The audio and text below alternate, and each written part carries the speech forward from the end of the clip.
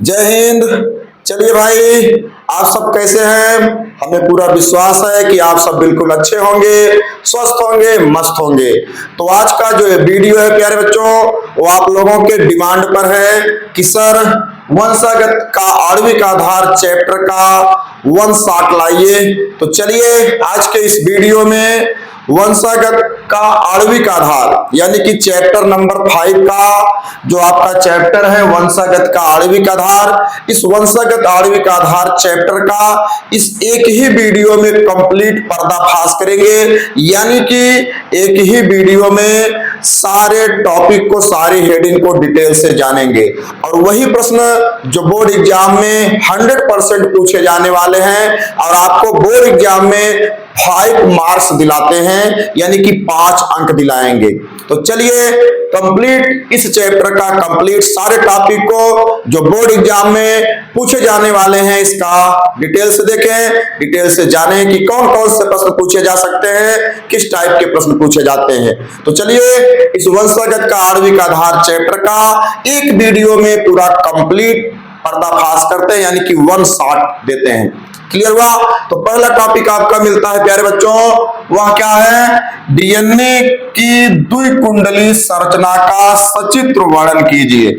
तो हमारे प्यारे बच्चों, वो डीएनए की द्विकुंडली संरचना का सचित्र वर्णन बोर्ड एग्जाम क्लास 12 में हर वर्ष पूछा जाने वाला प्रश्न होता है, जो लॉन्ग आंसर टाइप क्वेश्चन में पूछा जाता है, यानी कि दीर्घ उत्तरी, विस्तृत उत्तरी प्रश्नों में पूछा जाता है।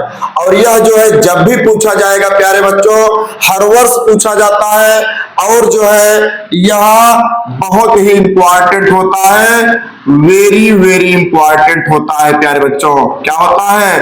वेरी वेरी इंपॉर्टेंट प्रश्न होता है और 5 मार्क में यानी कि 5 अंक का प्रश्न होता है। क्लियर हो गया? तो चलिए देखें कि डीएनए की द्विकुंडली संरचना का सचित्र वर्णन किस तरह से होता है। तो देखिए यहां पर जो आपको संरचना दिखाई दे रहा है प्यारे बच्चों, आपको बोर्ड एग्जाम में इस तरह से संरचना यानी कि डायग्राम को ड्रा करना पड़ेगा। क्लियर? देखेंगे यही चीज जो डीएनए की द्विकुंडली संरचना का सचित्र वर्णन है, यही चीज आपके बोर्ड एग्जाम में वाटसन एवं क्रिक का द्विकुंडली मॉडल करके पूछ लेता है। आपसे डीएनए की द्विकुंडली संरचना करके पूछेगा अथवा वाटसन एवं क्रिक का डीएनए मॉडल करके पूछेगा। क्लियर? और हर वर्ष में पूछा जाता है प्यारे बच्चों। तो चलिए क्या करेंगे, आपको कुछ नहीं करना है, सीधा इस तरह से जो है स्ट्रक्चर यानी कि डीएनए की द्विकुंडली संरचना को बनाएंगे, ड्रा करेंगे। उसके बाद आपको सीधा लिखना है, सीधा राइट करना है प्यारे बच्चों कि वाटसन तथा क्रिक नामक वैज्ञानिक ने सन 1953 ईस्वी में डीएनए की द्विकुंडली संरचना को प्रस्तुत किया। द्विकुंडली का मतलब होता है भैया डबल हेलिक्स। डबल हेलिक्स का मतलब होता है प्यारे बच्चों कि कुंडल का मतलब होता है कुंडल जो कानों में पहना जाता है। औरतें जो कानों में कुंडल पहनती हैं, तो कुंडल जो होता है हरदम जोड़े में आता है, इस तरह से ऐसे जोड़े में मिलेगा। ठीक? कहने का मतलब अगर संरचना को देखा जाए तो एक कुंडल ऐसे भैया और इसी में दूसरा कुंडल ऐसे जुड़ करके मार्केट में बेचा जाता है। ठीक? अगर इसको कुछ इस तरह से हटाया जाए, इस तरह से ऐसे कर दिया जाए तो ये बन जाएगा भैया, इस तरह की संरचना बना लेता है, ऐसे ऐसे बनाएगा और यह जो है ऐसे बना लेता है। यानी कि डीएनए की संरचना इस तरह से देख रहे हैं ना, ऐसे है भैया, इसी को बोलते हैं डीएनए की द्विकुंडल। ये द्विकुंडल की संरचना है। क्लियर हो गया? तो डीएनए की द्विकुंडली संरचना यानी कि एक रस्सी की भांति आपस में ऐसे लिपटे रहते हैं। क्लियर? इसी मॉडल को वाटसन एवं क्रिक ने 1953 ईस्वी में प्रस्तुत किया, जिसे डीएनए की द्विकुंडली संरचना कहा जाता है। ठीक? सीधा आपको इस तरह से डायग्राम ड्रा करना है, उसके बाद इतना लिख देना प्यारे बच्चों, छाप देना है, नोट कर लेना है। क्लियर? और आगे चलेंगे तो आपको सीधा लिखना होगा कि प्रत्येक डीएनए अणु 3 प्रमुख घटकों से मिलकर बना होता है।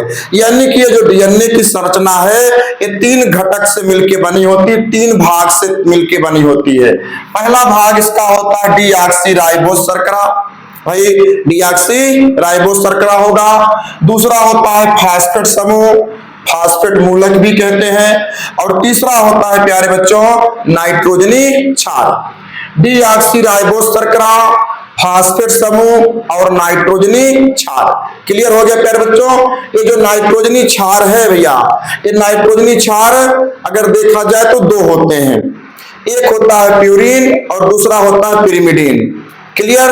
तो प्यूरिन होता है और पिरिमिडीन, प्यूरिन और पिरिमिडीन इस तरह से यहां पर देखेंगे भैया। तो प्यूरिन है, प्यूरिन्स, प्यूरिन के दो क्षार होते हैं, एक होता है एडेनिन जिसे कैपिटल ए से निरूपित किया जाता है, और दूसरा होता है ग्वानिन, ठीक, जिसे कैपिटल जी से निरूपित करते हैं। इसी तरह से पिरिमिडियंस होते हैं। ये तो पहला हो गया भैया, ये दूसरा पिरिमिडियंस, पिरिमिडियंस होता है, दिखाई दे रहा है प्यारे बच्चों यहां पर, ठीक ना। तो पिरिमिडियंस में क्या होता है, थायमीन होता है जिसे कैपिटल टी से डिनोट करते हैं, और जो है साइटोसिन होता है जिसे कैपिटल सी से निरूपित करते हैं। तो नाइट्रोजनी क्षार दो होते हैं, प्यूरिन्स और पिरिमिडियंस। प्यूरिन के दो क्षार एडेनिन और ग्वानिन, और पिरिमिडियंस के थायमीन और साइटोसिन होता है। स्पष्ट हुआ। बस आपको इतना लिखना है। फिर सीधा आगे चले आएंगे तो आपको लिखना होगा वाटसन तथा क्रिक के अनुसार डीएनए की संरचना निम्न प्रकार से होती है। ठीक भैया। तो डीएनए की संरचना निम्न प्रकार से, तो पहला क्या मिलता है प्यारे बच्चों, डीएनए का प्रत्येक अणु दो पॉली न्यूक्लियोटाइड का बना होता है।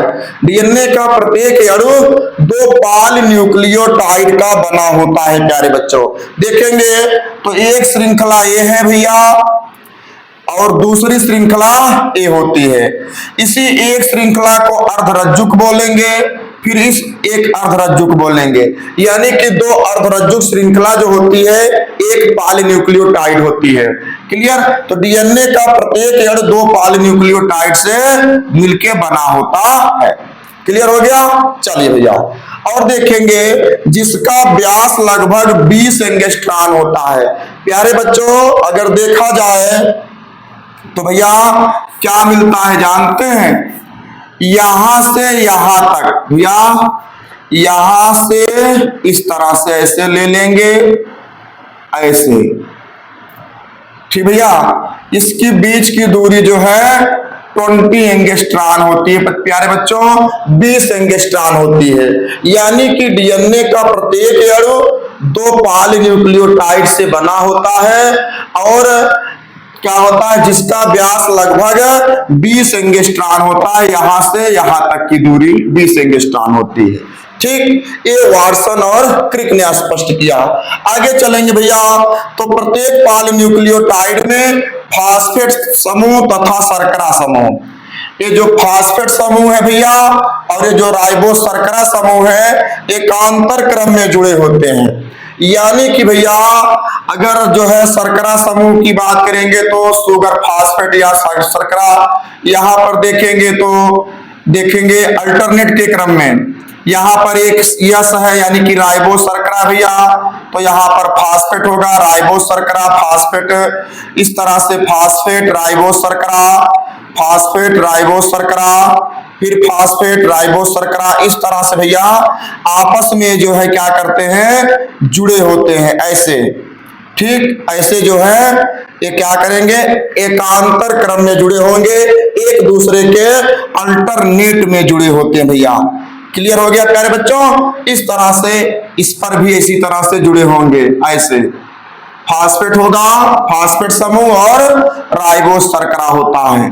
ठीक, इस तरह से क्या करेंगे भैया अल्टरनेट के क्रम में ऐसे जुड़े होते हैं, ऐसे।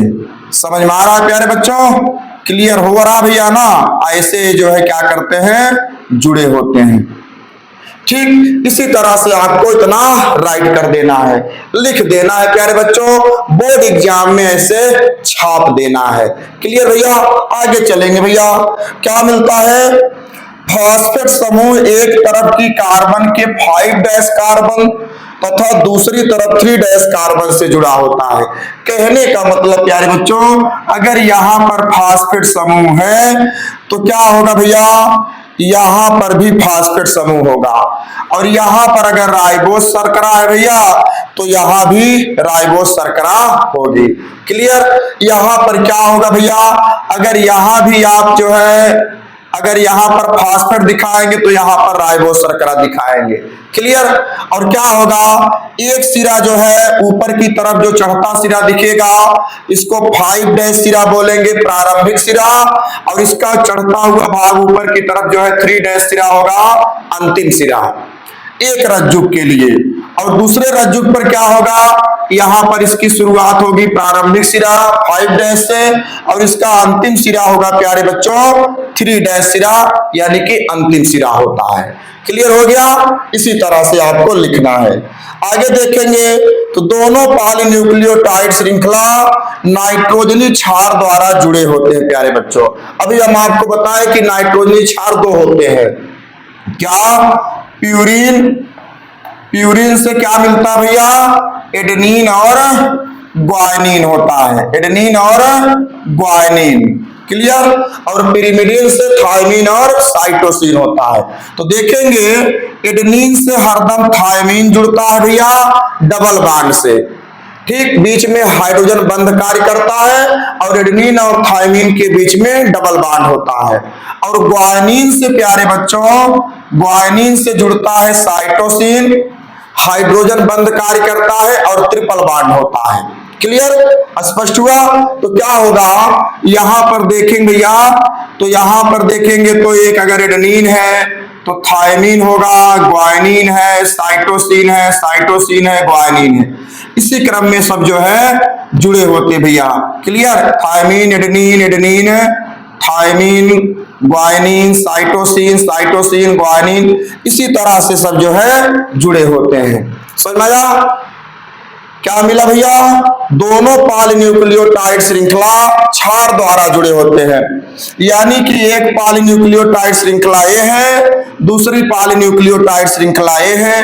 दोनों पॉलीन्यूक्लियोटाइड श्रृंखला के बीच में नाइट्रोजनी क्षार भैया, ये जो कलर में दिख रहा है ये नाइट्रोजनी क्षार होते हैं।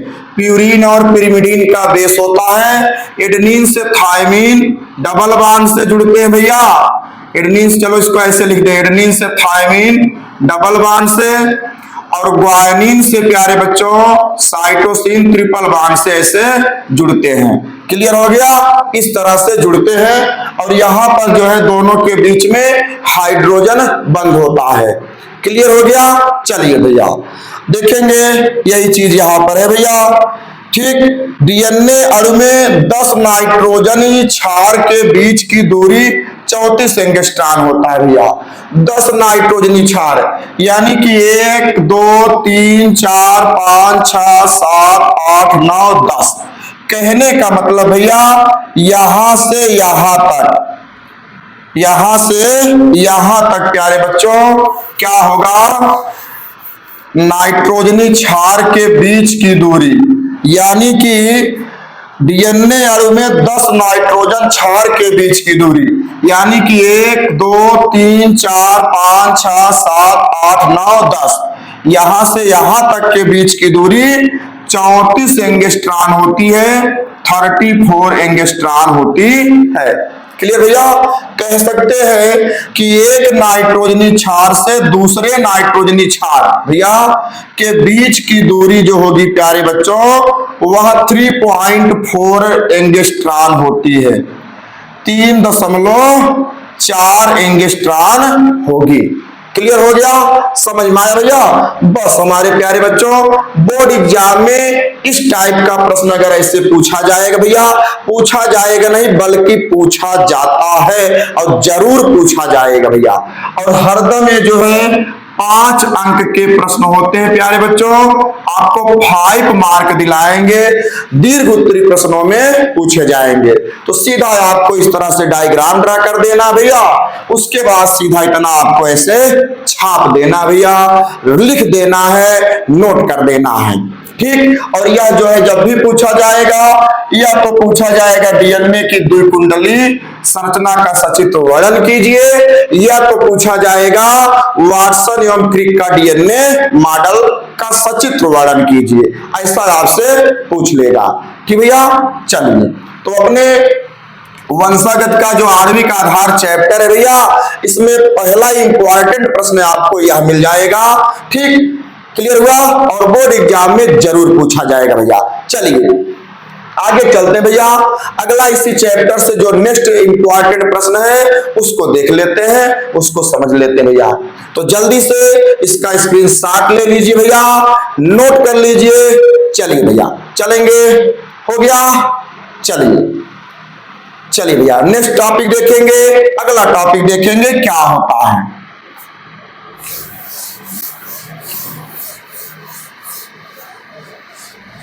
चलिए भैया अगला आपका जो टॉपिक है वह है डीएनए अणु की संरचना में 4 गाफ के नियम लिखना है भैया।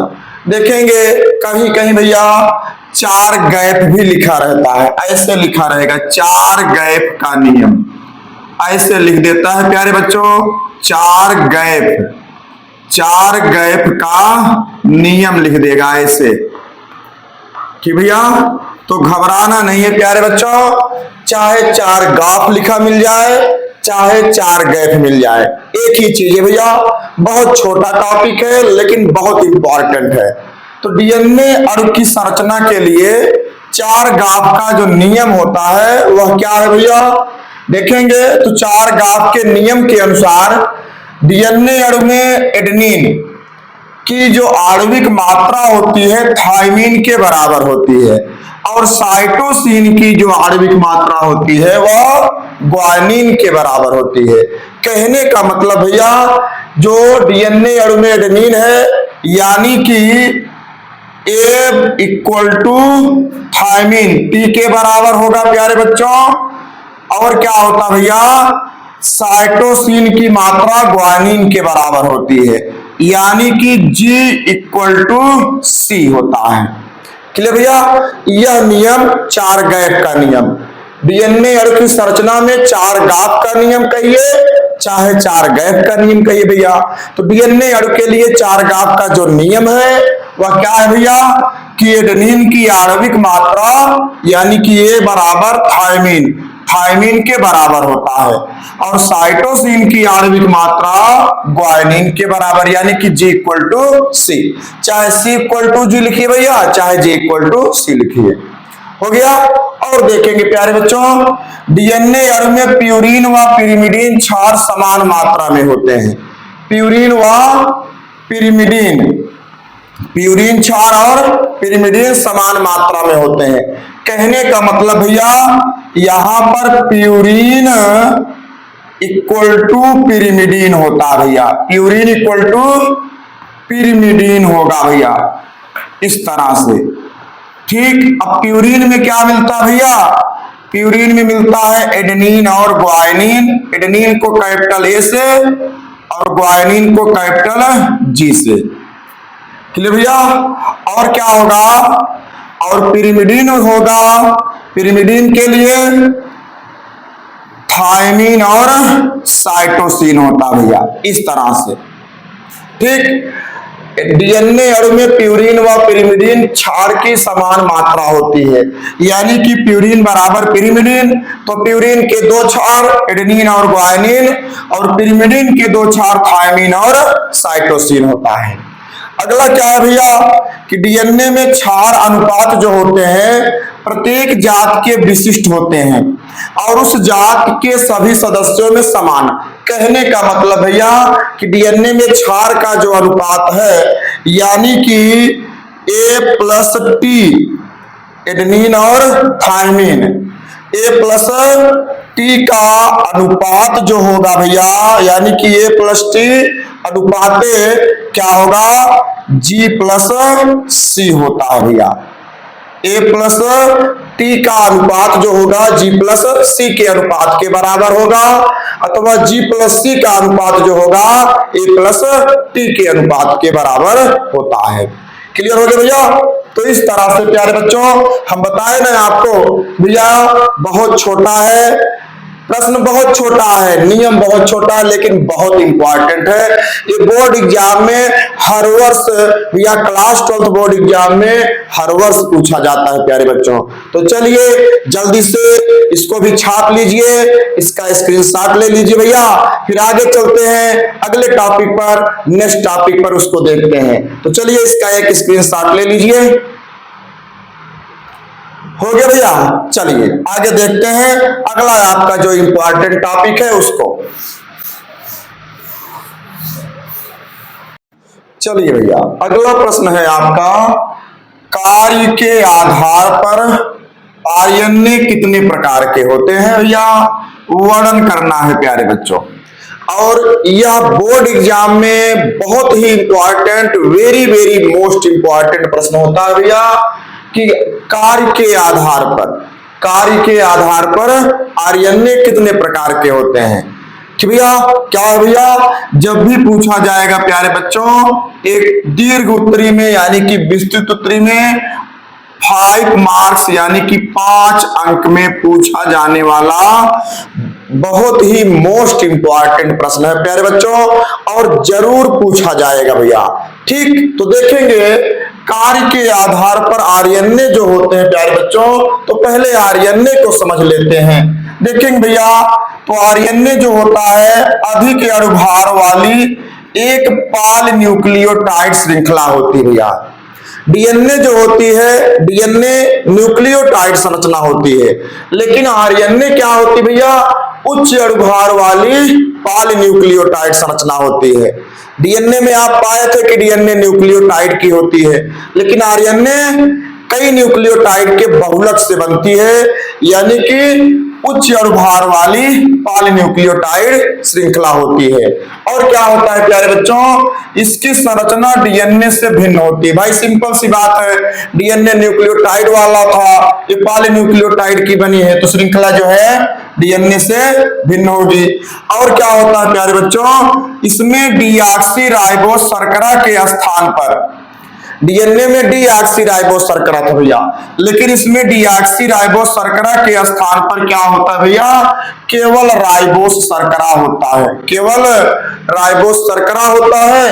और क्या होता है भैया, थायमीन क्षार के स्थान पर यूरेसिल हो जाता है, यानी कि डीएनए में जहां एडेनिन से थायमीन, ग्वानिन से साइटोसिन जुड़ा था भैया, वहां पर जो है यहाँ पर एडेनिन से थायमीन के स्थान पर, जो डीएनए में एडेनिन से थायमीन जुड़ा था, यहाँ पर आरएनए में थायमीन को हटा करके यूरेसिल जुड़ जाता है, यानी कि एडेनिन से यूरेसिल और ग्वानिन से साइटोसिन। सेम संरचना वही रहेगी प्यारे बच्चों, केवल थायमीन के स्थान पर यूरेसिल हो जाता है। और जहां डीएनए न्यूक्लियोटाइड का था, ये उच्च अणुभार वाली पॉलीन्यूक्लियोटाइड हो जाती है, यानी कि कई न्यूक्लियोटाइड का बहुलक होती है। और जहां डीएनए में डीऑक्सीराइबोस शर्करा होता भैया, वहां पर इसके स्थान पर केवल राइबोस शर्करा होता है। क्लियर हो गया प्यारे बच्चों, बस इसी तरह से अपने दिमाग में फीड कर लेना भैया, और एग्जाम में प्रिंट कर देना है प्यारे बच्चों, छाप देना है, लिख देना है। ठीक, आगे चलेंगे भैया। तो क्या होता है, कार्य के आधार पर आरएनए 3 प्रकार के होते हैं भैया। कार्य की दृष्टि से आरएनए 3 प्रकार के होंगे। तो पहला अगर समझा जाए प्यारे बच्चों, तो देखेंगे आरएनए को राइबोसोमल आरएनए भी कहा जाता है भैया। क्या कहते हैं, राइबोसोमल आरएनए कहा जाता है। और यह राइबोसोमल आरएनए जो होता है भैया, ये क्या करता है, संरचनात्मक अणु होते हैं, यानी कि ये आरएनए के संरचनात्मक अणु माने जाते हैं। और यह जो है कुल आरएनए का भैया 80% भाग होता है। क्लियर हो गया, कितना भैया, 80% भाग होता है। और यह मुख्य रूप से भैया यह केंद्रक में डीएनए से उत्पन्न होते हैं, तथा प्यारे बच्चों यह राइबोसोम की रचना में भाग लेते हैं और प्रोटीन संश्लेषण में भी सहायक होते हैं। थोड़ा सा समझेंगे भैया एक स्ट्रक्चर के द्वारा। तो चलिए यहां पर हम ड्रा कर देते हैं कुछ इस तरह से, यहां पर दिखाई देगा भैया। मान लीजिए भैया एक कोशिका है, एक कोशिका यानी कि जंतु कोशिका बना रहे हैं भैया। ये जंतु कोशिका है। क्लियर भैया, दिख रहा है? चलिए, ये जंतु कोशिका है। अब इस जंतु कोशिका में क्या है भैया, यहां बीच में केंद्रक होता है प्यारे बच्चों। अब इस कोशिका के अंदर ये सब कोशिका द्रव्य है भैया, और इसी कोशिका द्रव्य में कोशिकांग भी रहते हैं, और इसी कोशिकांग में एक कोशिकांग होता है राइबोसोम।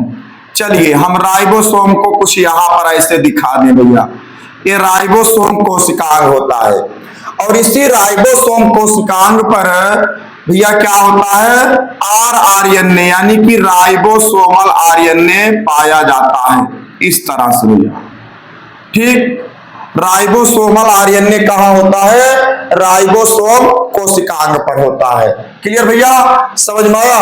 और क्या होता है, इसी राइबोसोम जैसे कोशिकांग पर रह करके भैया प्रोटीन का निर्माण करता है। क्लियर हो गया? ठीक, क्या मिला, कार्य के आधार पर आरएनए 3 प्रकार का होता है, और पहला मिला आरएनए, स्मॉल आरएनए, इसी को राइबोसोमल आरएनए कहते हैं।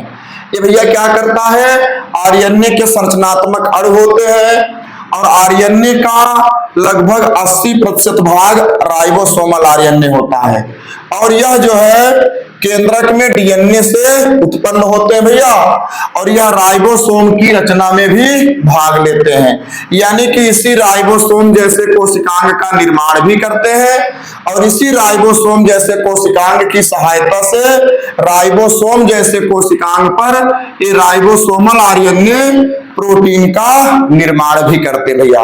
इसी राइबोसोमल आरएनए के द्वारा निर्मित किए गए प्रोटीन से प्यारे बच्चों क्या होता है, हमारे शरीर के जो जीन्स होते हैं ये एक्टिव होते हैं, सक्रिय रहते हैं, और हम आप जो है स्वस्थ और निरोगी रहते हैं। समझना भैया? चलिए अगला क्या मिलता भैया, टीआरएनए, इसको ट्रांसफर आरएनए कहते हैं। क्या कहते हैं भैया, ट्रांसफर यानी कि स्थानांतरण आरएनए कहा जाता है। यह क्या होता भैया, यह कोशिका की कुल आरएनए का 15 से 18% भाग होता है। कितना? 15 से 18% भाग होता है भैया, और यह कोशिका द्रव्य में पाया जाता है। कहने का मतलब भैया ये जो है मुख्य रूप से कोशिका द्रव्य में, चलिए मान लीजिए यहां पर भाई कोशिका है तो कोशिका के अंदर कोशिका द्रव्य होगा, तो टीआरएनए यही कोशिका द्रव्य में पाया जाता है। समझ में आ रहा भैया? और करता क्या है भैया, ये विभिन्न प्रकार के एमिनो अम्ल के अणुओं को पकड़ करके राइबोसोम पर लाते हैं। देखो भैया, एमिनो अम्लों के अणुओं को पकड़ करके राइबोसोम पर लाने का कार्य ट्रांसफर आरएनए करता है, और इसी एमिनो अम्लों के द्वारा ही एमिनो अम्लों का बहुलक होता है प्रोटीन, यानी कि एमिनो अम्ल ही मिलकर के प्रोटीन बनते हैं। क्लियर हो रहा भैया? तो जो ट्रांसफर आरएनए होता है ये कोशिका के कोशिका द्रव्य में रहते हैं, और जो है आरएनए का 15 से 18% भाग होता है, और विभिन्न प्रकार के एमिनो अम्लों के अणुओं को पकड़ करके कहा, इस राइबोसोम पर लाता है भैया। और राइबोसोम पर जो राइबोसोमल आरएनए यानी कि आरएनए होता है, इसी एमिनो अम्लों को जोड़ करके राइबोसोम पर प्रोटीन का निर्माण करता है। क्लियर भैया? और इसी प्रोटीन के द्वारा हमारे शरीर का जीन्स सक्रिय रहता है, जिसकी वजह से हमारे शरीर के जो अंग होते हैं वो भी एक्टिव रहते हैं, हम आप स्वस्थ और निरोगी रहते हैं। क्लियर हो गया प्यारे बच्चों? चलिए भैया आगे मिलता है एमआरएनए, इसको मैसेंजर आरएनए कहा जाता है भैया, अथवा संदेश वाहक आरएनए कहते हैं। इसी को दूत वाहक आरएनए भी कहा जाता है। यह क्या करता भैया, यह कुल आरएनए का 3 से 5% भाग होता है, और इसका निर्माण कोशिका के डीएनए सांचे पर होता है, तथा यह केंद्रक में या केंद्रक से आदेश लेकर के प्रोटीन संश्लेषण के लिए स्थानांतरण आरएनए को आदेश देता है। कहने का मतलब भैया कि अगर एमआरएनए को देखा जाए यानी कि मैसेंजर आरएनए को देखा जाए भैया, तो डीएनए सांचे पर होता है, यानी कि केंद्रक में होता है भैया, यानी कि मैसेंजर आरएनए एक प्रकार से इस केंद्रक में ही रहेगा डीएनए सांचे पर। क्लियर। डीएनए भाई, डीएनए कहाँ होगा? केंद्रक में होगा। तो डीएनए सांचे पर मैसेंजर आरएनए रहता है, और मैसेंजर आरएनए क्या करता भैया? प्रोटीन निर्माण के लिए केंद्रक से आदेश लेगा। केंद्रक से आदेश कौन लेगा? एमआरएनए। किसके लिए लेगा भैया? प्रोटीन निर्माण के लिए। और क्या करता है? आदेश को लेकर के ट्रांसफर आरएनए को दे देता भैया। ट्रांसफर आरएनए होता है कोशिका द्रव्य में। कोशिका द्रव्य में जब सूचना केंद्रक से प्रोटीन निर्माण के लिए सूचना कौन लेता है? संदेशवाहक आरएनए। उसके बाद संदेशवाहक आरएनए सारी सूचना ट्रांसफर आरएनए को देगा, टीआरएनए को। और टीआरएनए कोशिका द्रव्य में रह करके सभी अनेकों प्रकार के एमिनो अम्लों को कलेक्ट करता है और उसको ला करके राइबोसोम पर उपस्थित राइबोसोमल आरएनए को दे देता है, यानी कि आरआरएनए को देता है। और आरआरएनए भैया प्रोटीन का निर्माण करता है। क्लियर हो गया। तो इस आधार पर कार्य की दृष्टि से क्या होता भैया? प्रोटीन निर्माण की दृष्टि से आरएनए 3 प्रकार के मिल जाते हैं प्यारे बच्चों। तो बस भैया board exam, class 12 board exam में हमारे प्यारे बच्चों सीधा आपसे पूछा जाएगा आरएनए कितने प्रकार के होते हैं, वर्णन कीजिए। ठीक, ऐसे भी पूछ लेगा भैया, अथवा आपसे पूछेगा कि कार्य के आधार पर आरएनए कितने प्रकार के होते हैं। और ऐसे प्रश्न जब भी पूछेगा भैया, जब भी पूछेगा विस्तृत उत्तरी में 5 नंबर में भैया, यानी कि 5 अंक में पूछेगा, 5 मार्क में पूछेगा। और 100% पूछे जाएगा भैया, 100% जो है यह पूछा जाएगा। तो हमारे प्यारे बच्चों इस तरह से आपको भैया दिमाग में फीड कर लेना है, दिमाग में नोट कर लेना है, और बोर्ड एग्जाम में भैया बिल्कुल ऐसे छाप देना है, प्रिंट कर देना है। तो चलिए भैया जल्दी से इसका स्क्रीनशॉट ले लीजिए भैया। आगे चलते हैं, अगला टॉपिक, अगला प्रश्न आपका क्या है भैया? नेक्स्ट टॉपिक को देखेंगे। तो चलिए इसका स्क्रीनशॉट ले लीजिए पहले। चलिए हो गया भैया। चलिए आगे चलते हैं अगले टॉपिक पर। चलिए भैया आपका नेक्स्ट टॉपिक है, यानी कि अगला टॉपिक आपका है डीएनए तथा आरएनए में अंतर। देखिए प्यारे बच्चों, वैसे तो हम अपने जो बायोलॉजी है यानी कि जीव विज्ञान है, जीव विज्ञान के सभी चैप्टर से इंपॉर्टेंट लगभग 15 से 20 अंतरों को जो है भैया उसके लिए एक जो है वीडियो कंप्लीट बना करके अपलोड कर दिए हैं आपके लिए कि भैया जो बोर्ड एग्जाम में पूछे ही जाएंगे।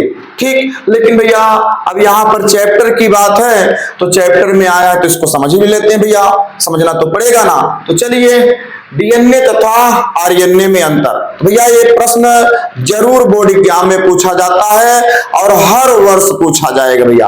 अब ऐसा कहाँ है कि बोर्ड एग्जाम हो और अंतर ना पूछा जाए? तो अंतर तो भैया पूछा ही पूछा जाएगा। और ऐसे अंतर हरदम जो है आपको 3 अंक यानी कि भैया 3 मार्क्स यानी कि 3 अंक आपको दिला ही देते हैं। ठीक, कुछ नहीं करना है प्यारे बच्चों, एक तरफ जो है डीएनए का कॉलम और एक तरफ आपको आरएनए का कॉलम बना लेना भैया। सिंपल लिखना है, सिंपल राइट कर देना है। क्या भैया? डीएनए में यह मुख्य रूप से केंद्रक में पाया जाता है भैया, डीएनए है तो केंद्रक में पाया ही जाएगा। क्लियर भैया, स्पष्ट हुआ इस तरह से। और आरएनए की बात है भैया तो आरएनए मुख्य रूप से कोशिका द्रव्य में पाया जाता है, कोशिका के कोशिका द्रव्य में। देखिए भैया एक क्या है, एक कोशिका है भैया, एक क्या है, एक जंतु कोशिका है। ठीक भैया, ये जंतु कोशिका है। और इस जंतु कोशिका में क्या होता है भैया, यहाँ पर मान लीजिए केंद्रक हो भैया, ठीक है ना। ठीक है भैया, थोड़ा सा शेप साइज पर ध्यान देंगे भैया, थोड़ा सा ऐसे बना देते हैं इसको, कुछ इस तरह से ड्रा कर देंगे ऐसे। चलिए भैया ठीक, मान लीजिए भैया जंतु कोशिका है तो इसमें क्या है, केंद्रक है भैया। और केंद्रक में ये डीएनए केंद्रक में इस तरह से द्विकुंडलनी रूप में पाया जाता है भैया। और जो आरएनए होता है प्यारे बच्चों वो कोशिका के कोशिका द्रव्य में। तो भाई कोशिका है तो ये सब कोशिका द्रव्य है भैया, कोशिका में कोशिका द्रव्य है। तो इसी कोशिका द्रव्य में मुख्य रूप से आरएनए पाया जाता है। क्लियर? तो डीएनए मुख्य रूप से केंद्रक में भैया और आरएनए मुख्य रूप से कोशिका द्रव्य में। आगे चलेंगे भैया, क्या होता है, इसमें दो पॉलीन्यूक्लियोटाइड श्रृंखला होती है। डीएनए में आप देखेंगे तो यहां पर एक पॉलीन्यूक्लियोटाइड संरचना ए हो गया भैया और दूसरा ए हो गया, यानी कि डीएनए में दो पॉलीन्यूक्लियोटाइड, ये दिख रहा है ना, डीएनए में दो पॉलीन्यूक्लियोटाइड श्रृंखला होती है। लेकिन आरएनए जो होगी भैया इसकी संरचना एकल सूत्री होती है। एकल सूत्री का मतलब प्यारे बच्चों ये कुछ इस तरह से अकेले ऐसे संरचना में रहेगी। अब भाई डीएनए दो पॉलीन्यूक्लियोटाइड है तो इस तरह से हम आपको बताए, यानी कि भैया डीएनए की संरचना ऐसे होती है। क्लियर हो गया? चलिए भैया अगला क्या है भैया, इसमें डीऑक्सीराइबोस शर्करा होता है। अभी हम आपको पिछले में भी अभी आपको बताया भैया, जो इसका पहला इसके पहले जो आपका टॉपिक था उसमें आपको बताया गया कि डीएनए डीऑक्सीराइबोस शर्करा होती है और आरएनए जो होता है भैया इसमें राइबोस शर्करा पाई जाती है। क्लियर हो गया क्या बच्चों? चलिए आगे क्या मिलता भैया, इसमें थायमिन क्षार पाया जाता है, यानी कि एडेनिन, ग्वानिन, थायमिन, साइटोसिन। तो एडेनिन से भैया युग्म बंध यानी कि डबल बॉन्ड के द्वारा थायमिन जुड़ता है और ग्वानिन से जो है ट्रिपल बॉन्ड के द्वारा साइटोसिन जुड़ती है और सबके बीच में हाइड्रोजन बंध कार्य करता है, यानी कि एडेनिन से थायमिन, ग्वानिन से साइटोसिन, यानी कि इसमें थायमिन क्षार पाया जाता है। लेकिन आरएनए में क्या होता भैया, थायमिन के स्थान पर यूरेसिल हो जाता है। कहने का मतलब भैया यहां पर थायमिन के स्थान पर यूरेसिल हो जाएगा, कैपिटल यू हो जाता है, और ग्वानिन के स्थान पर भैया सेम संरचना रहती है। दिख रहा है ना? चल नहीं दिख रहा भैया क्या यहाँ पे? चलिए थोड़ा सा इसको यहां ऊपर लिख देते हैं भैया, यहां पर ऐसे एडेनिन से यहां पर यूरेसिल जुड़ती है भैया और ग्वानिन से साइटोसिन सेम संरचना होती है ऐसे।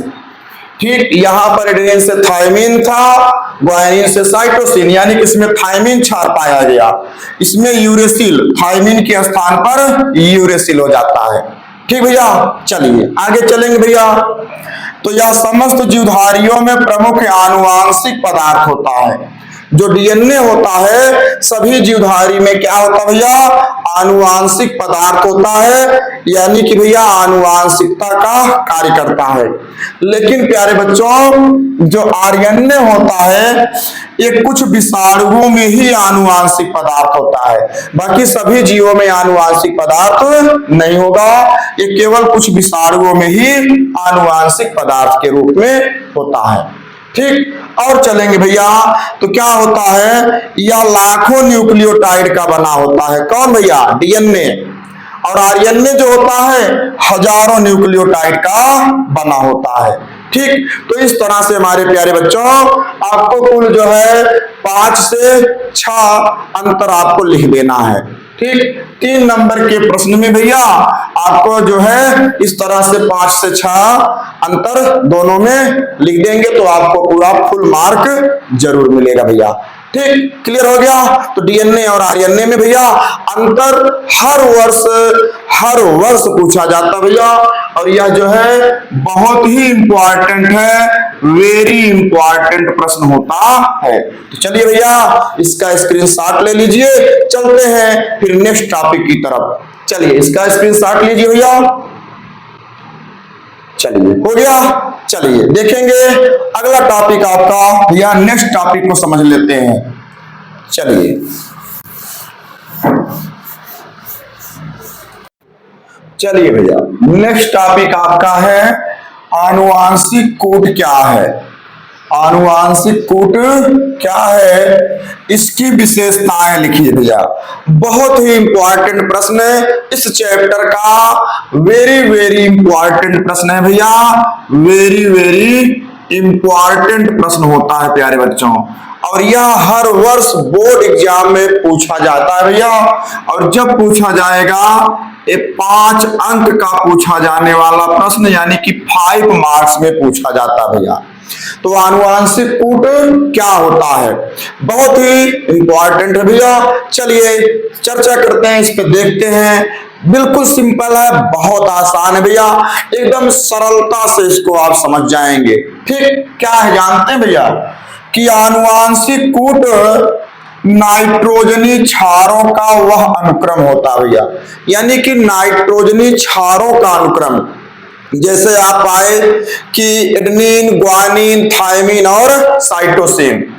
एडेनिन, यही ना भैया, एडेनिन, ग्वानिन, थायमिन और साइटोसिन, जिसमें एडेनिन जो है थायमिन से जुड़ता है भैया और ग्वानिन साइटोसिन से जुड़ता है, यही तो होता है। क्लियर? तो यही नाइट्रोजनी क्षारों का अनुक्रम, अनुक्रम का मतलब भैया एक क्रम में होना, एक इस टाइप से क्रम में होना। अथवा यहां पर देखा जाए भैया, जैसे बीच में कामा भी लगा है अथवा नहीं भी लगा है। कोडान वगैरह, कूट वगैरह में कामा बीच में नहीं लगता भैया, 3-3 का सेट होता है, 3-3 का सेट होगा। यहां पर हम नाइट्रोजनी क्षार को केवल दिखाए हैं, वैसे नाइट्रोजनी क्षारों का एक 3-3 का सेट होगा। जैसे देखा जाए भैया तो यू ए इस तरह से एक सेट हो गया, इसी तरह से यू जी ए एक सेट हो गया भैया। ऐसे जो है 3-3 का, 3-3 नाइट्रोजन क्षारों का सेट। यू यूरेसिल है, ए से एडेनिन है, एडेनिन है, यूरेसिल है, ग्वानिन है, एडेनिन है। ठीक भैया, बस यही सेट ही आनुवांशिक कूट होते हैं भैया, आनुवांशिक कोड कहलाते हैं, जिसमें प्रोटीन अणु के संश्लेषण की सूचना रहती है। यानी कि ये जो नाइट्रोजनी क्षार होते हैं भैया, इनमें प्रोटीन अणुओं को निर्माण करने की सूचना निहित रहती है, यही जो है प्रोटीन अणुओं का निर्माण कराते हैं।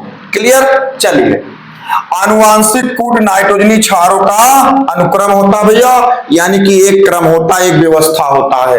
एडेनिन, ग्वानिन, थायमिन, साइटोसिन की एक व्यवस्था होती है, जिसमें प्रोटीन निर्माण करने के लिए सूचना रहती है, सूचनाएं निहित रहती हैं, उसमें भरी रहती हैं। ठीक भैया, चलिए और क्या होता है भैया, 3 न्यूक्लियोटाइड का वह अनुक्रम, जैसे हम आपको बताए भैया कि UAA, UGA, इसी तरह से और भी नाइट्रोजन क्षार का 3-3 का अनुक्रम जो क्या करता भैया, विशिष्ट एमिनो अम्लों का निर्माण करता है। यही एमिनो अम्ल का निर्माण करेंगे भैया, और यही एमिनो अम्ल आपस में मिलकर के प्रोटीन बनाता है। कई एमिनो अम्ल आपस में मिलते हैं तो क्या बनता है, प्रोटीन बनता है। बस भैया उसको क्या बोलते हैं, कोडान। समझेंगे भैया, कोडान पर भी बहुत टिप्पणी पूछा जाता है। कोडान क्या है, कोडान पर टिप्पणी पूछा जाता है, और ऐसा कोडान भैया बहुत पूछा जाता है, हर बार हर वर्ष यह प्रश्न जो है पूछा जाता है टिप्पणी में, कोडान क्या है और आनुवांशिक कूट क्या होता है। देखो भैया थोड़ा सा डिफरेंस है दोनों में। जो आनुवांशिक कूट होते हैं भैया, आनुवांशिक कूट भी एक कोडान ही है, लेकिन जब यही आनुवांशिक कोड भैया नाइट्रोजनी क्षार एडेनिन, ग्वानिन, थायमिन, साइटोसिन एक क्रम में व्यवस्थित होते हैं तो इसको आनुवांशिक कूट कह लेते हैं। क्लियर? लेकिन एक क्रम में व्यवस्थित होने के साथ यही नाइट्रोजनी क्षार का जब 3-3 का सेट बन जाता है, इस तरह से 3-3 का सेट बन जाता है तो इसको आनुवांशिक कोड कहते हैं। क्लियर? आनुवांशिक कोड अमीनो अम्ल का निर्माण करता है, और यही अमीनो अम्ल मिलकर के प्रोटीन का निर्माण कर देते हैं। समझ में आया प्यारे बच्चों? चलिए भैया, बस एकदम सरल है, बहुत आसान है भैया, इस तरह से आपको इतना लिख लेना है भैया। और देखेंगे बहुविकल्पी प्रश्नों में बहुत पूछा जाता है, क्या जानते भैया कि आनुवांशिक कूट की खोज की बहुविकल्पी में हर वर्ष पूछा जाता भैया कि आनुवांशिक कूट की खोज किसने की, तो सिंपल है भैया, नीरेनबर्ग तथा मथाई, नीरेनबर्ग ने और मथाई ने भैया मिल करके आनुवांशिक कूट की खोज की। कहने का मतलब है कि आनुवांशिक कूट की खोज नीरेनबर्ग और मथाई नामक वैज्ञानिक ने किया। बहुत ही इंपॉर्टेंट प्रश्न है भैया ये। क्लियर हो गया? चलिए भैया अब समझ लेते हैं कि आनुवांशिक कूट की विशेषता, यानी कि आनुवांशिक कूट की क्या विशेषता है। बस भैया क्या है कि आनुवांशिक कूट जो है त्रिक होते हैं। त्रिक का मतलब भैया तीन तीन का सेट, तीन तीन का सेट। जैसे आपको यहां पर मिला UAA यानी कि यूरेसिल एडेनिन एडेनिन। इसी तरह से भैया जैसे देखेंगे तो UGA यूरेसिल ग्वानिन एडेनिन। इसी तरह से क्या होता भैया AUG एडेनिन यूरेसिल ग्वानिन। इसी तरह से GUG। किसी भी भैया नाइट्रोजनी क्षार का कोई भी अनुक्रम लेंगे, नाइट्रोजनी क्षार का कोई भी अनुक्रम लेंगे भैया, लेकिन तीन तीन का सेट होता है। ठीक, ये इसकी विशेषता, पहली विशेषता कि नाइट्रोजनी कूट जो है त्रिक होते हैं, तीन तीन नाइट्रोजनी क्षार की व्यवस्था होती है। ठीक, आगे चलेंगे भैया तो देखेंगे इसी नाइट्रोजनी कूट की जो अगली विशेषता है जिसमें AUG यानी कि एडेनिन यूरेसिल ग्वानिन और GUG यानी कि ग्वानिन यूरेसिल और ग्वानिन, इनको प्रारंभिक कोडान कहा जाता है भैया। ये प्रारंभिक कोडान होते हैं, प्रथम कोडान होते हैं। और अंतिम कोडान जो होता है UAA यूरेसिल एडेनिन एडेनिन और UGA यूरेसिल ग्वानिन एडेनिन, इनको अंतिम अथवा समापन कोडान कहा जाता है भैया। ये आनुवांशिक कूट की विशेषता हो गई। क्लियर, दो विशेषता मिल गई। आगे चलेंगे भैया ना तो आनुवांशिक कूट जो होता है भैया कोमा विहीन होते हैं। देखेंगे तो आनुवांशिक कूट में बीच में कामा नहीं, जैसे यहां पर देखेंगे भैया UAA, इस तरह से आप इसको नहीं लिखते हैं, यानी कि बीच में कामा नहीं होगा, बल्कि इसको सीधा UAA लिखा जाता है। तो आनुवांशिक कूट जो होते हैं कोमा विहीन होते हैं तथा सार्वत्रिकता को दर्शाते हैं, यानी कि ज्यादा से ज्यादा आनुवांशिक कूट दर्शाते हैं, ज्यादा से ज्यादा हो सकते हैं भैया। क्लियर हो गया। चलिए भैया किसी जीवधारी में इनकी ज्यादा से ज्यादा सर्वात्रिकता पाई जाती है, संख्या पाई जाती है, और हरदम ये त्रिक में होंगे, तीन तीन का सेट होगा। चलिए भैया आगे क्या मिलता भैया जानते हैं। एक विशिष्ट प्रकूट एक ही अमीनो अम्ल को कोड करता है, यानी कि इसमें से जितने भी भैया कोड हैं आनुवांशिक कूट हैं, ये क्या करेंगे, ये क्या करेंगे भैया एक ही अमीनो अम्लों को कूट करेगा, यानी कि एक ही अमीनो अम्लों को बनाएगा।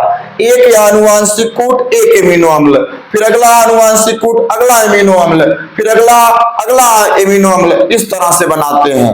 ठीक भैया आगे चलेंगे प्यारे बच्चों तो क्या मिलता है, प्रकूट के पहले दो अक्षर एमिनो अम्ल का निर्धारण करते हैं, यानी कि जो आनुवांशिक कूट है, आनुवांशिक कूट का प्रथम दो अक्षर, जैसे इसको ले लिया जाए या UAA को लिया जाए तो प्रथम अक्षर, प्रथम के दो अक्षर U और इसका A, इतना जो होता है भैया, इतना जो है एमिनो अम्लों का निर्धारण कराते हैं। और जो तीसरा कोड होता है भैया, तीसरे कोड को बिना प्रभावित किए भिन्नता प्रदर्शित करते हैं, यानी कि ये जो तीसरा कोड है इसको ये जो है कुछ प्रभावित नहीं करते हैं, इनसे तीसरे वाले से ये दोनों भिन्नता प्रदर्शित करते हैं। क्या मिला भैया, आनुवांशिक कूट के पहले दो अक्षर जो होते हैं, पहला दो अक्षर यानी कि U और A, कोई भी आनुवांशिक कूट लेंगे भैया, जैसे हम यहाँ पर UAA लिए तो UAA में U और A पहला दो अक्षर एमिनो अम्लों को बताता है, और अंतिम जो तीसरा अक्षर होता है भैया ना, ये बिना भिन्नता प्रदर्शित किए जो है, सॉरी भैया, ये बिना क्या करते हैं, इसको प्रभावित नहीं कर पाते, ये दोनों इसको प्रभावित नहीं करते, लेकिन इससे भिन्नता प्रदर्शित करते हैं। ठीक भैया बहुत सिंपल है प्यारे बच्चों, बहुत सरल है। ठीक, इतना आपको क्या करना भैया, आपके बोर्ड एग्जाम में ऐसे प्रश्न जरूर पूछा जाता है प्यारे बच्चों, तो आपको कुछ नहीं करना भैया, सीधा आपसे पूछेगा कि आनुवांशिक कूट क्या है, इसकी विशेषता लिखिए। ठीक भैया, और जब भी पूछा जाएगा भैया 5 नंबर में, यानी कि 5 मार्क्स में पूछा जाता है, 5 अंक में पूछा जाता है, सीधा आपको इतना भैया ऐसे लिख देना है भैया प्यारे बच्चों, इस तरह से आपको लिखना है। और हम आपको बताएं भैया कि वेरी वेरी इंपॉर्टेंट प्रश्न होता है, बहुत ही इंपॉर्टेंट है, हर वर्ष पूछा जाता है भैया, और इसमें आपको टिप्पणी भी पूछी जाएगी, कोडान पर टिप्पणी पूछ लेगा भैया, अथवा आपसे जो है बहुविकल्पी में पूछ लेगा कि आनुवांशिक कोड की खोज किसने की। तो सिंपल भैया आपका प्रश्न का आंसर होगा नीरेनबर्ग तथा मथाई। ठीक प्यारे बच्चों, तो सिंपल है भैया। इस तरह से इसका भी एक स्क्रीनशॉट ले लीजिए। चलिए फिर आगे शुरू करते हैं नेक्स्ट टॉपिक को। चलिए भैया स्क्रीनशॉट लीजिए, हो गया। चलिए भैया अगला टॉपिक समझते हैं भैया, देखते हैं अगला टॉपिक क्या है आपका। चलिए भैया अगला आपका जो टॉपिक है वह भैया मानव जीनोम परियोजना है। देखेंगे भैया ना, बहुत ही इंपॉर्टेंट प्रश्न है, वेरी वेरी इंपॉर्टेंट प्रश्न है भैया, वेरी वेरी इंपॉर्टेंट प्रश्न है प्यारे बच्चों। और यह भी 5 अंक का प्रश्न होता है, यानी कि 5 मार्क्स में पूछा जाता है भैया। देखो भैया इसमें जितना आपको जितना प्रश्न जितना टॉपिक मिला सब जो है 5 अंक वाले ही प्रश्न है भैया, सब 5 अंक वाले ही प्रश्न होते हैं। सब इसमें जो है विस्तृत उत्तरी यानी कि दीर्घ उत्तरी में पूछे जाने वाले प्रश्न हैं। और जितने आप टॉपिक पाए भैया सारे के सारे टॉपिक जो है इंपॉर्टेंट हैं। ठीक भैया, तो चलिए मानव जीनोम परियोजना क्या होता है इसको भी समझ लेते हैं भैया, इसको भी जो है अच्छे से दिमाग में फीड कर लेते हैं और इसकी विशेषता क्या होती है इसको भी समझ लेते हैं। देखो भैया मानव जीनोम परियोजना जो होती है भैया एक बहुत बड़ी परियोजना होती है। मानव जीनोम के बारे में जो योजना बनाई गई भैया, जो परियोजना बनाई गई ये बहुत बड़ी परियोजना होती है, बहुत बड़ी योजना होती है। होता क्या भैया कि इस परियोजना के अंतर्गत किसी डीएनए खंड को विलगित व क्लोन किया जा सकता है। यानी कि मानव का जो जीनोम होता है, मानव का जो जीनोम होता है भैया, मानव जीनोम के अध्ययन के लिए एक बहुत बड़ी परियोजना बनाई गई, जिसका मुख्य उद्देश्य क्या था भैया कि मानव के डीएनए खंड को विलगित किया जा सके, यानी कि डीएनए खंड को तोड़ा जा सके अथवा डीएनए का क्लोन बनाया जा सके। क्लोन का मतलब भैया प्रतिरूप, फोटोकॉपी, जिसे फोटो स्टेट नहीं होता है, सेम फोटोकॉपी डीएनए का बनाया जा सके। ठीक भैया, और क्या होता है इस परियोजना का जो और भी मुख्य उद्देश्य था भैया कि मानव जीनोम के अनुक्रमों का पता लगाना, कि मानव जीनोम पर कितने नाइट्रोजनी क्षार का अनुक्रम होता है, एडेनिन, ग्वानिन, थायमिन, साइटोसिन, कितने अनुक्रम होते हैं मानव के जीनोम में। तो ठीक मानव का जो जीनोम परियोजना है भैया, जो योजना बनाई गई, इसका मुख्य उद्देश्य जो है मानव जीनोम के अनुक्रमों का पता लगाना था कि मानव में के जो जीनोम है उस पे नाइट्रोजनी क्षारक जो हैं एडेनिन, ग्वानिन, थायमिन, साइटोसिन ये कितने अनुक्रम में हैं। ठीक भैया, और इस परियोजना को जो है एक महापरियोजना माना गया प्यारे बच्चों, एक जो है विशाल परियोजना कहा जाता है। क्लियर भैया, चलिए और भी आगे चलेंगे भैया। तो मानव जीनोम में लगभग 3 × 10⁹ क्षार युग मिलते हैं भैया। कितने? 3 × 10⁹ क्षार युग मिलते हैं। किसमें मिलेंगे भैया? मानव के जीनोम में इतने क्षार युग मिलते हैं 3 × 10⁹। और क्या होता भैया प्रति क्षार के अनुक्रम को जानने के लिए 3 × 10⁹ क्षार के युग मिलते हैं भैया मानव के जीनोम में। और प्रति क्षार के अनुक्रम को समझने के लिए, इसके विषय में जानने के लिए भैया लगभग $3 खर्च करना पड़ता है। एक अनुक्रम को समझने के लिए $3 खर्च करना पड़ेगा, तब मानव के जीनोम का एक अनुक्रम समझ में आएगा भैया। समझ में आ रहा है? और क्या होता भैया इस प्रकार पूरी परियोजना को जानने के लिए, मानव के जीनोम का संपूर्ण जीनोम की परियोजना को समझने के लिए, यानी कि 3 × 10⁹ क्षार युग्मों को जानने के लिए कुल भैया 9 बिलियन डॉलर खर्च हो सकते हैं भैया। 9 बिलियन डॉलर इतना रुपया खर्च होगा कि भैया तब जाकर के मानव जीनोम का कंप्लीट जानकारी मिल सकती है, पूरा अनुक्रम आप जान सकते हैं। ठीक, इसलिए इस परियोजना को महापरियोजना कहा जाता भैया, एक विशाल परियोजना कहा जाता है। ठीक, सिंपल है भैया ना, सरल है भैया। देखो भैया हम आपको बताए ना कि हमारी फितरत में भैया रटाना नहीं है, सीधा दिमाग में ठोक देना भैया, सीधा जो है क्या करना, एकदम सरलता से याद करा देना भैया। तो इस तरह से अगर आपका भैया बोर्ड एग्जाम में ऐसे प्रश्न आपसे पूछे जाएंगे भैया, तो सिंपल है, 5 अंक में यानी कि 5 मार्क्स से पूछे जाएंगे और हर वर्ष पूछे जाते हैं भैया। हम उन्हीं प्रश्नों को आपको दे रहे हैं, उन्हीं टॉपिक को आपको दे रहे हैं जो बोर्ड एग्जाम में पूछे ही जाएंगे।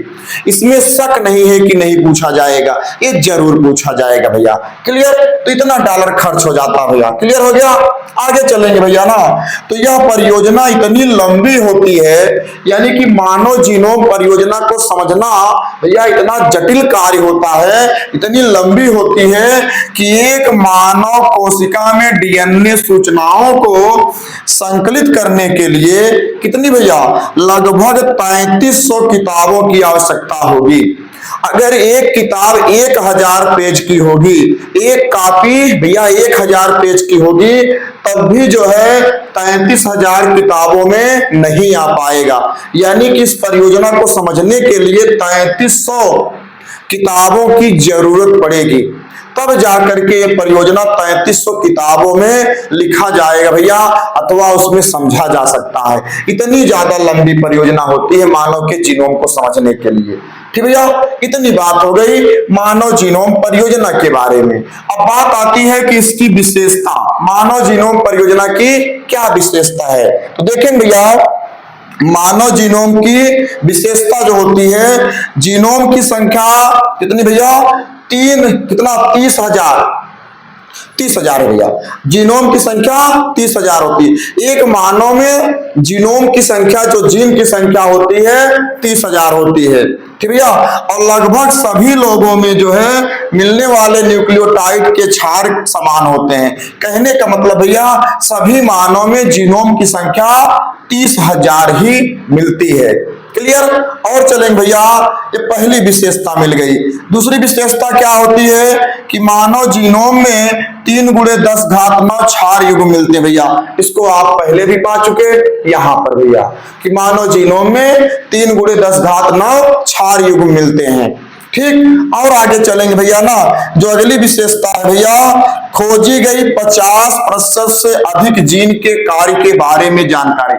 देखो भैया, मानव जीनोम के बारे में अध्ययन जो हुआ है उसमें मुख्य रूप से 50% से अधिक जीन के कार्य के बारे में जानकारी मिली है भैया। अभी और पूरी कंप्लीट जानकारी अभी भी नहीं मिली है।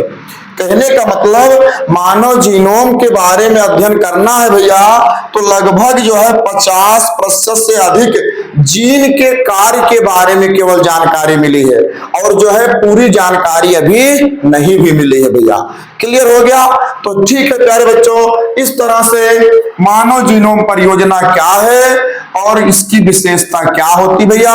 आपका एग्जाम में अगर ऐसा प्रश्न पूछ रहा है भैया, अगर नहीं भैया बिल्कुल पूछेगा, ठीक ना, पूछेगा कन्फर्म भैया, तो सीधा हमारे प्यारे बच्चों आपको इस तरह से भैया बिल्कुल छाप देना है, एकदम भैया प्रिंट कर देना है। ठीक प्यारे बच्चों, तो इस तरह से इसका भी एक स्क्रीनशॉट ले लीजिए भैया। चलते हैं, देखते हैं आपका जो अगला नेक्स्ट टॉपिक है उस पर चलते हैं भैया। तो चलिए इसका एक स्क्रीनशॉट पहले ले लीजिए। चलिए, हो गया भैया? चलिए ठीक है, चलिए चलते हैं भैया अगले टॉपिक पर। क्या होगा आपका अगला टॉपिक? चलिए भैया, अगला टॉपिक आपका है प्यारे बच्चों डीएनए फिंगरप्रिंटिंग पर संक्षिप्त टिप्पणी लिखना है भैया। देखिए संक्षिप्त टिप्पणी लिखना है तो भैया संक्षिप्त ही लिखेंगे आप, ज्यादा आप जो है उसके लॉन्ग के चक्कर में नहीं, ज्यादा पेज में आपको नहीं लिखना है भाई। संक्षिप्त टिप्पणी का मतलब होता है प्यारे बच्चों जो है ज्यादा से ज्यादा मैक्सिमम 4 लाइन 5 लाइन तक, यानी कि 4 से 5 लाइन तक आपको लिखना है भैया। ठीक, ज्यादा आपको इसमें और नहीं परेशान होना है।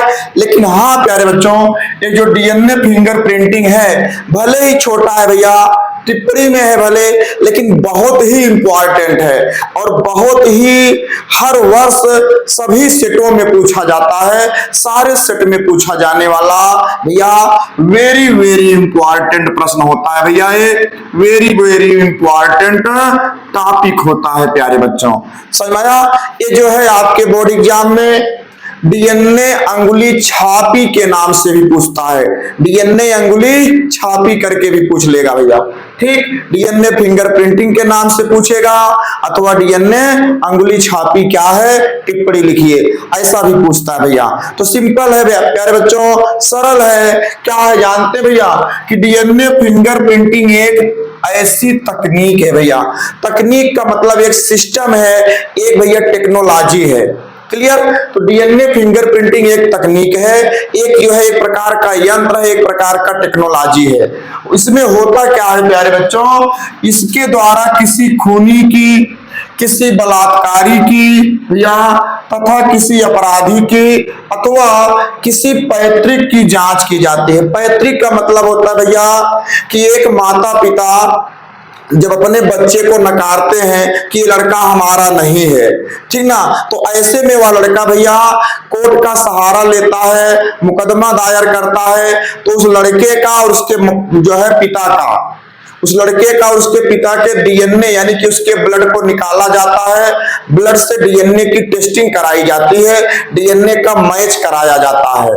ठीक, अगर दोनों का डीएनए, जब डीएनए मैच कराएंगे तो इसी डीएनए फिंगरप्रिंटिंग तकनीकी से, इसी डीएनए फिंगरप्रिंटिंग टेक्नोलॉजी से डीएनए को मैच कराते हैं। जब दोनों का डीएनए समान हो गया, मैच कर गया भैया, तब जो है मान लिया जाता है कि लड़का इसी पिता का है। ठीक, और मजबूरन में उस जो है पिता को उस बच्चे को अपनाना पड़ता है। ठीक ना, समझ में आया भैया। और जो है पैतृक झगड़े सुलझाए जाते हैं।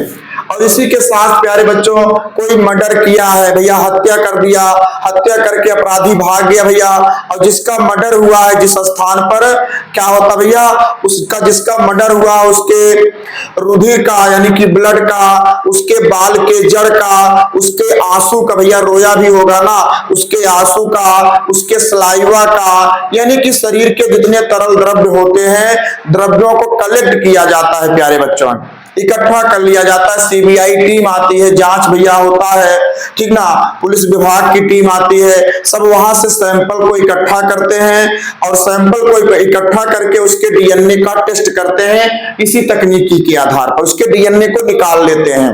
फिर उसके बाद शक के आधार पर कि अपराधी कौन हो सकता है, शक के आधार पर किसी भैया व्यक्ति को चुना जाता है जिसके ऊपर शक रहता है, उसके भी डीएनए का टेस्टिंग करते हैं। ठीक ना, अगर जो है कहीं पर, अगर वहां पर जो नमूना कलेक्ट हुआ था, रुधिर का धब्बा लगा था, कुछ लगा था, अगर उस रुधिर के धब्बे से अब शक के दायरे में जो व्यक्ति आया, दोनों का जो है डीएनए मैच कर जाएगा, तो समानता के आधार पर उसको दोषी बनाया जाता है, अपराधी दिया भैया, अपराधी मान लिया जाता है। बस डीएनए फिंगरप्रिंटिंग यही कार्य करती भैया। क्लियर हो रहा है प्यारे बच्चों? बस यही है भैया कि डीएनए फिंगरप्रिंटिंग एक तकनीक है, एक टेक्नोलॉजी भैया, जिसके द्वारा किसी खूनी व्यक्ति की, किसी बलात्कारी व्यक्ति की भैया, रेपिस्ट वाले जो होते हैं, ठीक ना, ठीक भैया, और क्या होता है, अथवा कोई अन्य अपराध करके गया हो भैया, और किसी पैतृक की जांच जैसे संपत्ति का और जो है वल्दियत के झगड़े जो होते हैं, ठीक ना, तो इस तकनीकी में किसी व्यक्ति के डीएनए में पाई जाने वाली विभिन्नताओं का पता लगाया जाता है। ठीक भैया, विभिन्नता के आधार पर एक प्रकार से जांच होगी, फिर उसके बाद जो है जब किसी दोषी होगा तो दोषी और के समानता के आधार पर हो जाती भैया। ठीक, इस तकनीक के बारे में सबसे पहले भैया एलेक जेफरी नामक वैज्ञानिक ने पता लगाया। कहने का मतलब है एलेक जेफरी नामक वैज्ञानिक ने डीएनए फिंगरप्रिंटिंग तकनीकी को लाया। क्लियर भैया? चलिए आगे चलेंगे। तो डीएनए फिंगरप्रिंटिंग के लिए व्यक्ति के, अभी हम आपको बताए भैया, व्यक्ति के रुधिर, लार यानी कि सलाइवा, बाल, वीर्य यानी कि स्पर्म भैया, योनि द्रव या अन्य पदार्थों से डीएनए ले लेते हैं भैया। डीएनए को निकाल लिया जाता है, कलेक्ट कर लिया जाता है और इसी के आधार पर क्या करते हैं भैया, दूसरे व्यक्ति का भी डीएनए लेते हैं जिसके ऊपर शक रहता है और मैच कराते हैं, नमूने से मैच कराते हैं। ठीक, मैच कर गया भैया तो समानता देखते हैं, अगर मैच किया समान हुआ तो इस आधार पर भैया क्या होता है, अपराधी जो होते हैं, जो व्यक्ति अपराधी होता भैया उसको सजा दी जाती है। तो इस आधार पर डीएनए क्या करता भैया, इस आधार पर डीएनए मैच किया जाता है भैया, डीएनए मैच कराया जाता है। सिंपल है भैया। तो सिंपल, वैसे तो इसके बारे में भी और भी भैया विस्तार से नॉलेज है, बहुत ज्यादा जानकारी इसमें भैया है, ठीक ना, बहुत से इसमें और भी इसमें टॉपिक मिलेगा, ठीक ना। तो कैसे कैसे होता है, किस तरह से होता है, क्या करना पड़ता है, ये सब मिलता भैया। लेकिन प्यारे बच्चों ये जब भी पूछा जाएगा भैया ये संक्षिप्त में ही ज्यादातर पूछा जाता है भैया, टिप्पणी में पूछा जाता है। डीएनए अंगुली छापी पर टिप्पणी लिखिए अथवा डीएनए फिंगरप्रिंटिंग पर संक्षिप्त टिप्पणी लिखिए, ऐसा पूछा जाएगा भैया। जब संक्षिप्त कहा है तो आपको 4 से 5 लाइन तक, 6 लाइन तक आपको लिख देना भैया। और पूछा जाता है जरूर भैया, जरूर पूछा जाएगा प्यारे बच्चों। तो चलिए भैया फटाफट इसका भी एक स्क्रीनशॉट ले लीजिए। चलिए भैया स्क्रीनशॉट लीजिए इसका। चलिए हो गया भैया, समझ में आया? चलिए तो हो गया भैया। देखेंगे ये जो आपका चैप्टर वंशागत का आणविक आधार है, इस वंशागत के आणविक आधार में जितने मोस्ट इंपॉर्टेंट टॉपिक थे भैया सारे जो बोर्ड एग्जाम में पूछे जाएंगे, पूछे जाते हैं प्यारे बच्चों, वह सब आपको दे दिया गया भैया। इसके अतिरिक्त आपको कहीं और किसी अन्यत्र से कुछ आपको इस चैप्टर से नहीं तैयार करना है, केवल आपको जितना हम आपको यहाँ पर दिए आप इतना तैयार करेंगे प्यारे बच्चों, अच्छा मार्क्स आएगा भैया, अच्छा परसेंट बनेगा। क्लियर भैया? तो सिंपल है, ठीक भैया, इसका स्क्रीनशॉट ले लेंगे। और प्यारे बच्चों अगर वीडियो पसंद आया हो तो एक लाइक जरूर करेंगे और चैनल पर अगर नए हैं तो प्लीज चैनल को सब्सक्राइब कर लेंगे और कमेंट बॉक्स में प्यारे बच्चों एक सुंदर सा सुनहरा सा कमेंट जरूर छोड़ देंगे भैया। तब तक के लिए भैया और आगे मिलेंगे एक नए वीडियो के साथ, कुछ नए टॉपिक के साथ जो बोर्ड एग्जाम में आपको भैया अच्छा मार्क दिला सकेंगे। तो थैंक यू, धन्यवाद।